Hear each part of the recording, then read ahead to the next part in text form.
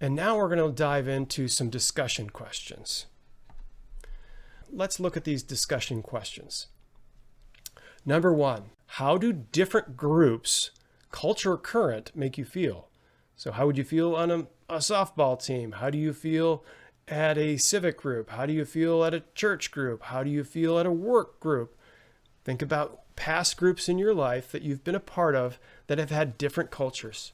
Have you been on a team that felt negative? Maybe there was a classroom that felt negative. Maybe there was one that felt really positive. That team, that coach, that was great. So talk a little bit about how different groups that you've been in have had a cultural current and how did that make you feel?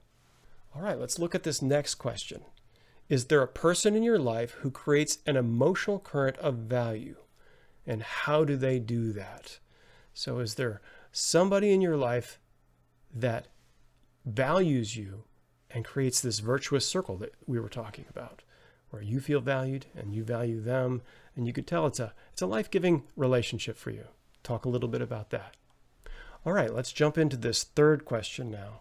When you walk into situations, how can you bring positive value and current to those who are around you? So are you reciprocating back value? Are you creating it on your own? Talk about how you can do that. What are some things that you've noticed that work when you enter a group to bring a positive value and current that you create yourself? Talk about that for a little bit.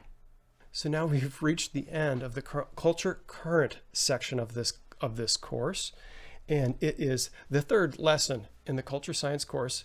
And in this course, we learned about how culture acts like a current that moves us along towards being valued, or heaven forbid, moves us away because we feel not valued.